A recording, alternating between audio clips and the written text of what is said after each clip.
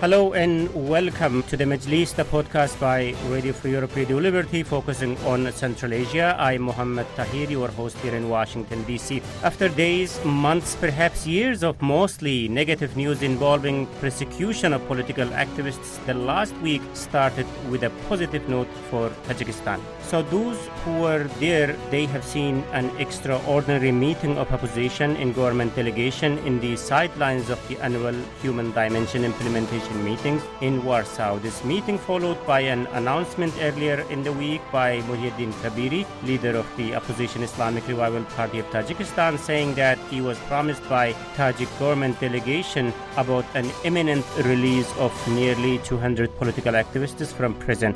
This was all positive, and then towards the end of the week, a video emerged on social media showing seconds after opposition and government delegation hugging each other, voices are raised and punches are thrown outside the conference facility in the middle of Warsaw. The rest is history, and we are here to discuss this historical week as what went well, what went wrong, and where we stand today with panelists joining us from Warsaw and rest of the Europe. Steve Severlo, Human Rights Watch Central Asia researcher, is with us. Humaira Bakhtiar is joining us, who's an independent Tajik journalist. Also, Mahmoud Jan Faiz Rahman, head of the Foreign Relations of Islamic Revival Party of Tajikistan, and Bruce Pannier, editor of Radio Free Europe, Radio Liberty Central Asia blog, Kishlok Awazi. First of all, let me say this. There are so many things that all of us like to talk about Tajikistan. 40 minutes might not be enough even to touch each of those topics. So I suggest that we limit our observations within the walls of this conference. And thinking about the Warsaw meeting, obviously a lot has happened there. But what comes first to mind is this infamous incident in which we have seen a member of Tajik government delegation landing a punch in the face of a fellow Tajik activist outside the conference facility. Anyone in Warsaw, Steve, Mahmoud Jan or Homira, any of you have seen that incident in person? It was like too quick. We was inside, and all of saying what I have seen, it was from videos. That's why I can say that I didn't saw all personally, but I saw many videos from many sides. Okay, Mahmoud Jan, you want to say something? Have you seen that incident? Yes, I was in Warsaw, but I was outside the hotel, and so I also saw the video and the persons who are there. Mm-hmm. Okay, Steve, you were also in Warsaw. I was looking into this video, the one Humaira and Mahmoud Jan mentioned. I saw members of the opposition and government delegation hugging each other seconds before the incident. What really went wrong in seconds there? You know, there's so many layers here. I think we have to back up first for a moment in order to understand that incident outside the hotel. It's important to, as you said, there was a positive moment that preceded it, and there's the overall context, which is that in 2016, we know now very well that the Tajik government ended up leaving this extraordinary meeting, as you said, the OSCE Human Dimension meeting. It's the only place in Europe where, and really one of the only places in the entire region that comprises the former Soviet Union, where human rights activists can freely mingle with and address directly across the table their counterparts from the government and raise human rights issues. And so the Tajik government in 2016 grew ferociously angry that there were protests by members of the Tajik opposition and other Tajik civil society groups. They boycotted the conference early. In 2017, they didn't come at all. And in this year, in 2018, we had a really interesting August when, as you noted in the introduction, there were a few significant concessions by the government where they allowed the grandson of Muhyiddin Kabiri to finally, the 4-year-old grandson, to leave the country after a campaign of international pressure. They allowed the daughter of activist Shabnam Hudoidodo, Fatima, to leave the country after international pressure. And then finally, the sentence of the journalist Hayrullo Mirsaidov went from 12 years to a fine and being released conditionally also in August. So those are some major reversals. And then they actually sent a delegation to this conference, which showed a level of preparation and sophistication that was very interesting. They came not just with government officials. They brought youth activists from an organization called Avant-Garde, which is a sort of vigilante group, which has been known to put on protests in front of the OSCE office in Dushanbe. And there were also in the government delegation 2 members who were formerly part of the Islamic Renaissance Party of Tajikistan, who were in that group and who, as I interpreted their reason for being in Warsaw, was to very openly and very loudly declare that this party, they see it as a terrorist organization, and we don't even know whether the people that they brought with them from the former members of the IRPT freely were choosing to be on this trip or were pressured to be on this trip. So it's important to understand that context when this melee occurred, what was happening was a sort of reunion between one of the former IRPT members, who, as you saw from the video, was actually graciously and happily shaking hands with and reuniting with some of his former party members as he was walking out of the venue of the hotel, quickly no longer in the event. A young activist, not from the IRPT, tried to hand him a piece of paper that said, "Free Tajik political prisoners," and wanted to take his picture. And while he was at that piece of paper, and whether he could comply with that request, one of the government delegates, we believe a diplomat, lunged very violently at this young activist. It was a very violent encounter. But I have to add, of course, then there was a second part of this incident, which hasn't been as widely circulated, where some of the activists were very inappropriately also invading the space of the Tajik government delegation vehicle. And so, as we understand it, that incident is still being investigated. Steve, you are saying that some activists invading Tajik government delegation space? That's what you said? I was saying that after the violent attack on this activist government representative, some of the activists were then trying to understand what happened, and the Tajik government was leaving in their car. A few of the activists surrounded the car, and also probably in a level of high degree of emotion, were trying to stop the car from leaving, and they were also injured as the car was leaving. Oh, okay. Again, referring to this video, when the opposition members in the government delegations were exiting the building all together, almost hand in hand, I heard someone saying in the background in Tajik language, saying that your life could be in danger. I mean, how did the authorities explain the action of this guy who landed the punch? I think, Steve, you had a conversation with Deputy Foreign Minister or the Tajik delegation during or after this incident. Did they try to explain what happened there?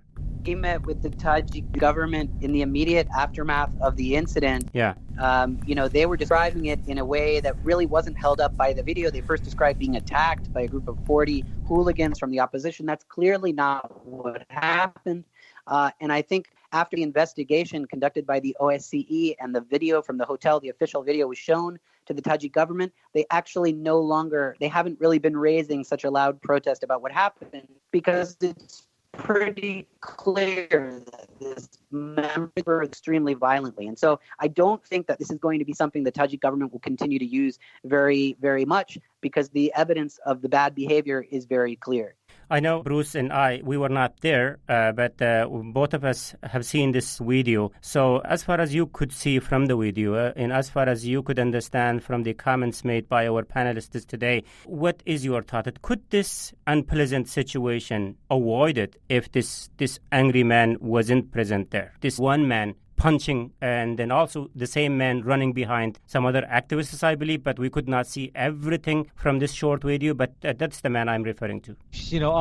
Clearly an extremely unfortunate event. You had to wonder going into this before the meeting even started if there wouldn't be something like this. If you remember, the Tajik government had said prior to the event that if the OSCE allowed the Tajik opposition to actually hold demonstrations or protests at the event, that they would consider even closing down the OSCE office in Dushanbe. And in fact, there was a clearly orchestrated demonstration outside the OSCE office in Dushanbe prior to that. We remember the mother of the only survivor of this attack on the foreign bicyclist, who showed up in one of the most poorly staged events I've ever seen in my life, and decried the OSCE for allowing terrorists to come to the meeting, and then made this rather less than even half-hearted attempt at pouring gasoline on herself and to light herself on fire, because she was so outraged that the OSCE would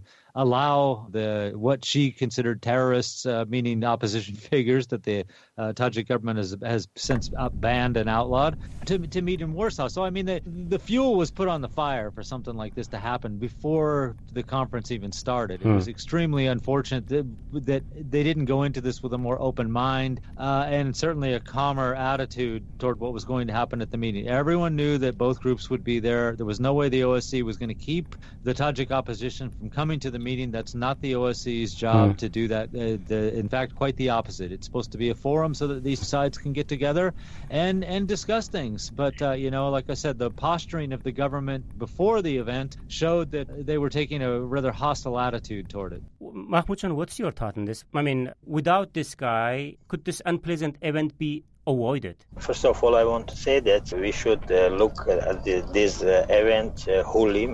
The government was very unhappy with the OSCE because of the opposition were there. So we should look wholly, not just this event. First of all. Secondly... So have you seen intimidation from other members of government delegation? Our colleagues, our friends who are there, and they said that it was the man Murad Said Zoda, advisor of the to Tajikistan ambassador in Germany. This man started there was no, I think the government version is different, as Mr. Steve said. They say that the opposition activists, they made some provocations like hashtag free all Tajik prisoners. Yeah. Former member of the party, this Mullah Ayomdin Satori. This was a provocation. But we see that those guys were participating there, Mr. Vaisuddin Odinaev and Sulaiman Orzu. They are not member of the IRPT. They are the member of the committee for the release of political hostages. And, just they were distributing these hashtags and papers inside the hall and outside the hall. And just they gave to Mr. Ayomdin and Satari. Ayomdin Satori was not unhappy. He took this, and another guy from the Tajikistan delegations, this got the paper, and another one come and beat Sulaiman Orzu, and also at the same time he's beaten this Vaisuddin Odinaev. Who's Vaisuddin Odinaev? Who's this guy? Brother of another one, Ehsan Odinaev. He's the member of the Tajik opposition or activists? Yeah. But he is an independent opposition. He does not belong to any party. So just to say that it was the government who used violence. So I think if this guy was not there, we hope that such a problem didn't happen. But as I just want to say that provocation started when a former member of our opposition who spoke against the party inside Tajikistan, Ayomdin Satori, and well-known former member of the party. He was part of the government delegation, I believe. Is it? Yeah. They were part. But look, we think this is itself a provocation. When you bring someone who cannot speak English, cannot speak Russian well, then you bring them. This is some kind of, we think, a provocation, because the government was also very angry with the OSCE, and there was a protest in the outside OSCE office in Dushanbe. And as Steve said, after this, our activists, especially these 2-3 young guys, went there and just say, okay, why do you beat me, and you should not be allowed to leave, and call the police. And our members and activists went to the police, and they did, and we are waiting for the result of the police. Yes, I know the incident, as you said, was reported to Warsaw police. They are, as you say, investigating it. Their report might determine the guilty party, which might be made public in days or months.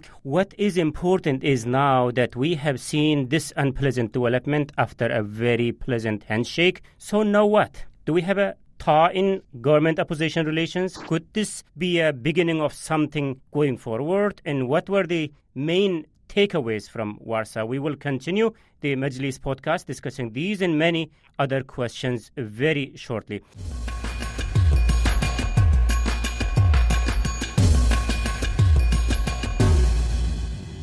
first, let me recap the debate that today on the Majlis we are discussing the Tajik government and opposition's relations in the light of the last week's gathering in Warsaw, lessons learned, and the significance of the government-opposition meeting, etc. Joining me in the discussion are Steve Sewardlu, Human Rights Watch's Central Asia researcher, Humaira Bakhtiar, an independent Tajik journalist, Mahmoud Jan Faiz Rahman, head of the Foreign Relations of Islamic Revival Party of Tajikistan, which is banned in Tajikistan, and Bruce Pannier, editor of Radio Free Europe, Radio Liberty, Central Asia blog, Kishlog Owazi. I am Mohammed Tahir, host of the Majlis here in Washington, D.C. Welcome back, colleagues. So, in the first part of the discussion, we ended up talking a lot about this specific incident. Let's expand the discussion, Steve. So, aside from this scrimmage, what else has been happening about Tajikistan during the gathering? I like OSCE conference here in Warsaw, ground zero for Tajik political and human rights developments.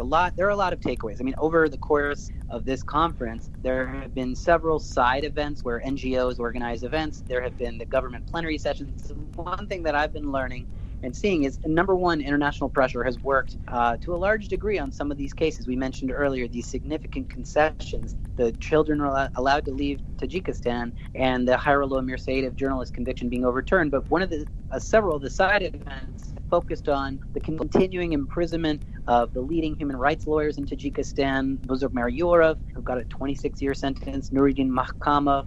There was a lot of discussion on a very high level and repeated pronouncements about the imprisonment of Zaid Saidov, opposition figure and businessman, and then people from the IRPT like Mahmoud Ali Khaid, who actually used to attend this very conference in Warsaw as participants. And so that made all the more dramatic the statements by the Tajik government declaring that these people were terrorists. But again, I have to keep coming back to the interesting fact that the Tajik government nonetheless showed up this year. They did meet with Human Rights Watch. We had, really in-depth discussions about the international human rights obligations of Tajikistan. So one thing I've come away with is just that we need to keep the pressure up. And we've been calling on the diplomats here at the OSCE to do that, to tweet about prisoners, to make as many public statements as possible, because pressure works. Mm-hmm.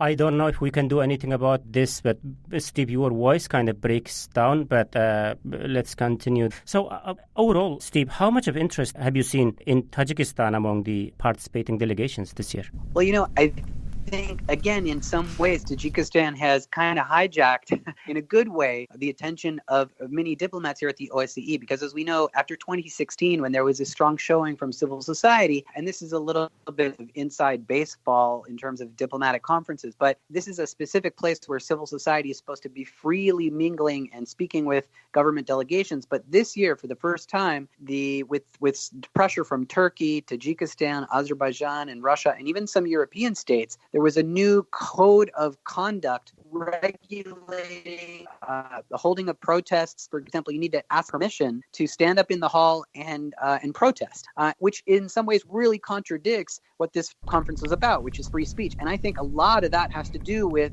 the energy that Tajik activists have brought to this. So in some ways, I think we have to sort of give a lot of credit to Tajik civil society for bringing this all to a whole new level. One more interesting observation, I'll let the others speak, is that, in fact, 26 civil society activists from Tajikistan were supposed to be in Warsaw for this conference. Only 3 showed up, and that is directly attributed to threats of retaliation and imprisonment by the security services just on the eve of the conference. So that again shows you just how difficult the situation is inside the country. Okay, let me take Mahmoud, John, and Humaira, your points on this. So a lot has changed since the last year's gathering in Warsaw. So when compared to the last year, has there been anything striking out in overall tone of the discussion when it comes to Tajikistan? I think first I start with Tajikistan, that in Tajikistan there is, we can say it's a transition period, and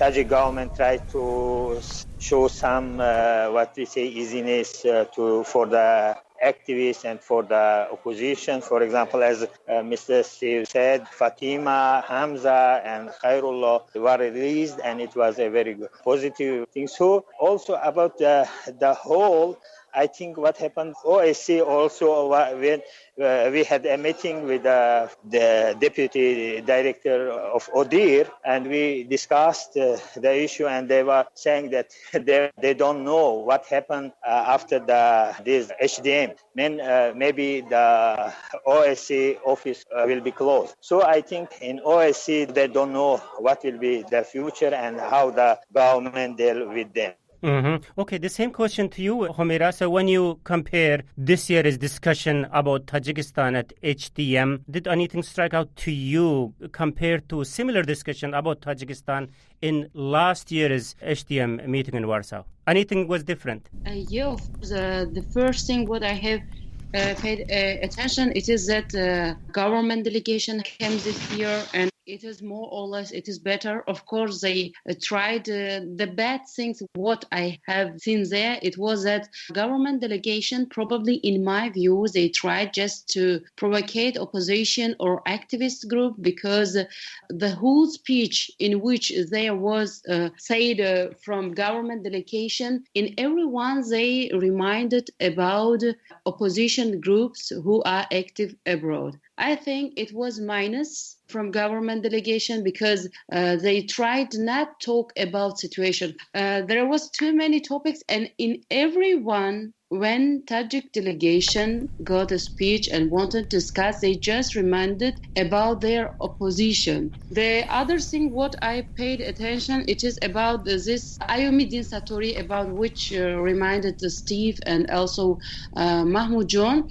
I just wanted to add to their words that I think this Ayomidin Satori and also the other one, Mullah Abdurrahim, who was the former members IRPT, in my view, they were like a hostage. Because, even maybe you will agree with me. For example, when we are going to such a conference and there is too many chance to talk, to get a meeting with new person, to talk, to discuss many problems. But these two person were just like between all Tajik delegation. Even they couldn't leave them alone just for 1 or 2 or 3 minutes. All times they were under control, and I think it was very bad, even for them. So the other thing about your questions, that what was also maybe different or not, I think in last year we hadn't officially delegations. This year we had just they tried to show how bad is Tajik opposition.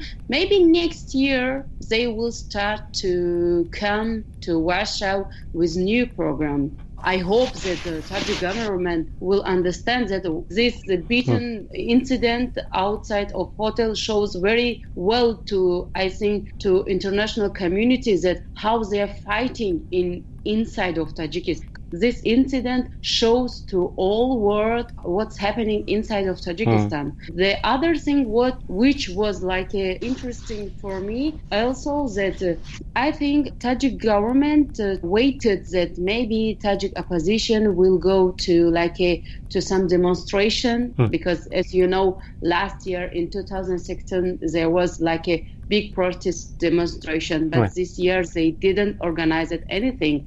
But here my colleagues forgot to remind that the first day in the opening ceremony, there was a group of students outside of Sofitel Hotel in Warsaw, and there was Tajik students who are studying in Europe, and even some of them was brought from Moscow. They are very active, and we know some of them like a pro-government active persons. Doing what? They just waited outside of Sofitel Hotel, and on their hands was many placards. Of course, we couldn't see what there was wrote or whose picture was in this placard, but I think that they waited that this year again, if Tajik opposition will do some protest in this situation, the pro-government activists, they will do protest against opposition. And the other thing that I want to say about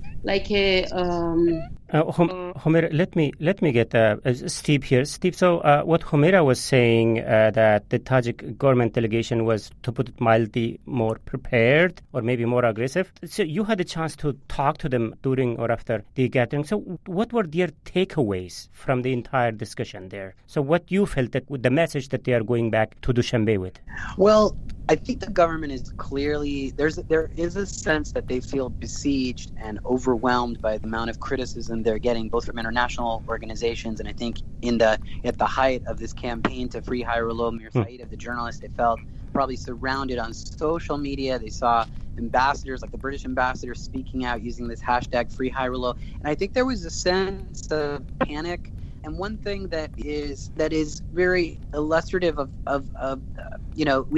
activists and human rights organizations and the government of Tajikistan have to at some point get on the same page, but it's very difficult when, in our conversations with government officials, they clearly fell back on this very paper-thin discussion about how the IRPT, again, they went back to this narrative that the IRPT were actually the ones responsible for the civil war, that they tried to launch a failed coup in September 2015, and that's why the government decided to call them a terrorist organization, and that's why these people are in prison.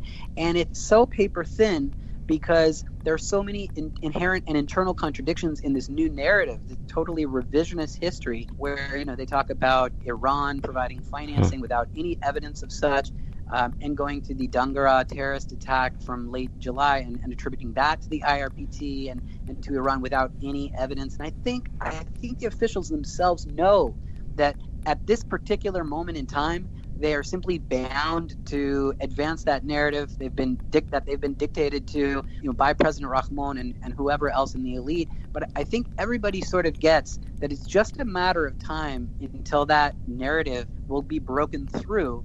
And I do think these kinds of conferences and the takeaways, it's still very good. And I think that, Tajikistan, for me at least, always stood apart in Central Asia as this place where peace had actually been found after this terrible, bloody civil war, 5 years of suffering. And Tajikistan had this civil society which was pretty open until 2014, 2015, when things started getting so bad.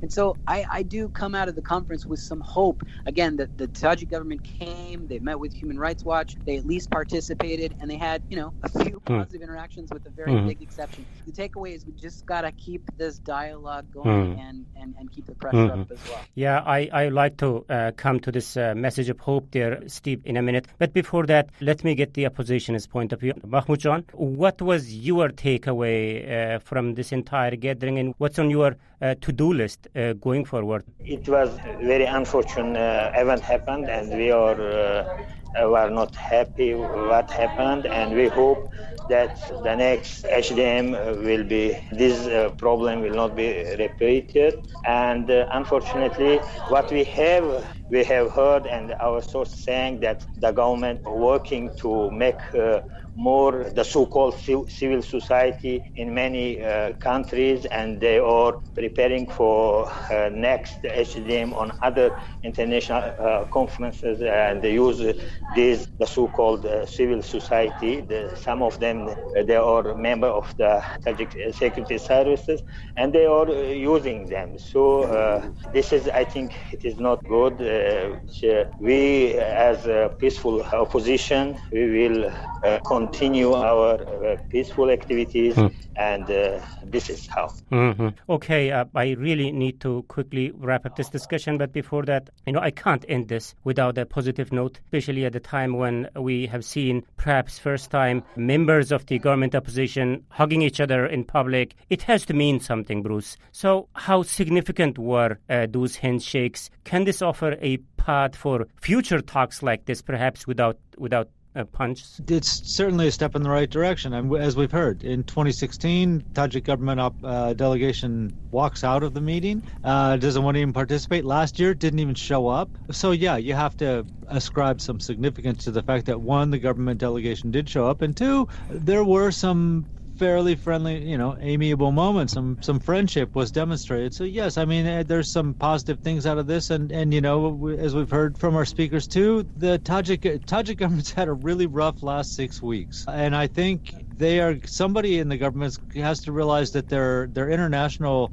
image has really taken a hit. They admittedly they did let the two children go from the country, and they let Hairulo out of jail, but this unfortunately the punch is what a lot of people in the international community are going to remember, and I think, like I said, what they need to concentrate now is on the positive momentum they had going with the discussions and conversations with the opposition people. It's a small sign, but it's a good sign. Just to continue, Bruce, with you, I heard the Deputy Foreign Minister, I think his name was Mr. Zohidi, talking to our Radio Azadi. He would not exclude future meetings with the opposition. He would even say that the opposition can return to Tajikistan and this is their country. I see that at least he wants to leave a room for engagement. So Bruce, what can the government show to demonstrate that they are serious about this engagement, or they are serious about getting to some point, starting from this hugs and handshakes?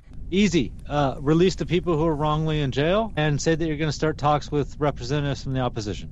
So, Mahmoud Jan, what can the opposition contribute so that this hug and handshakes repeat more often? Yeah, we appreciate all these things. We, as said, that we repeatedly saying that we are open and we can, and even when the Tajik delegation told Mr. Kabiri, you can go, and the main question, okay, you should release all the political prisoners, then we have to sit down and we talk and start.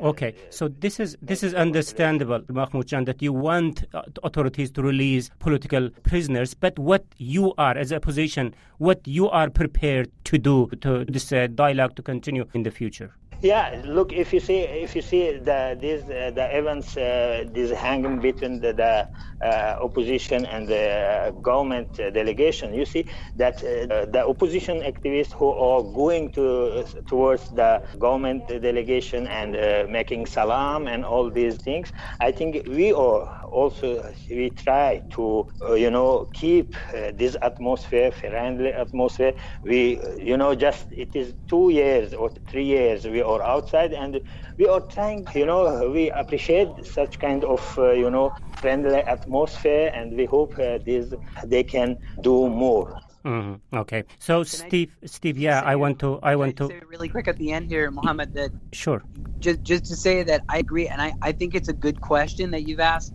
Mohammed, to the opposition, what can they do? And obviously, it's important that all sides talk to each other. But I just have to say, I think, from the perspective of a human rights organization, it's not a level playing field, because we heard reports during the same conference that at the moment that Jamshed Yourov, a lawyer that is the brother of imprisoned lawyer Buzurgmir Yourov, was participating here at the HDIM, his wife was hauled into the Office of the Security Services in Dushanbe and was questioned and interrogated. Is there anything that you guys, NGOs or the international community, can do to facilitate this? I mean, you said there is no even playing field, so maybe this is the opportunity that you guys can play something. Right. I mean, we'll point out the basic international human rights standards that the Tajik government has to live up to, and I think other organizations, not just ours, Amnesty International, I have been doing that this week and will continue to do that. But this is obviously a really important time. So it's good that you're having this discussion. There seems to be a lot of momentum around these issues in Dushanbe. Mm-hmm. Okay, so let's hope this positive momentum continues, handshakes continues, and hugs continues with lesser punches. With this note, I adjourn this session of the Majlis, and thank you very much for this fascinating conversation. Steve Sewardlow, Human Rights Watch Central Asia researcher, Humaira Bakhtiyar, independent Tajik journalist, Mahmoud Jan Faiz Rahman, head of the Foreign Relations of Islamic Revival Party of Tajikistan, and Bruce Pannier, editor of Radio Free Europe, Radio Liberty's Kishlog Awazi blog. Thank you very much, colleagues, for your time in Thoughts today. Thank you. It was very nice to have you. So this is from me, Mohammed Tahir, host of the Majlis Radio Free Europe, Radio Liberty's Central Asia podcast. Until next week, bye-bye.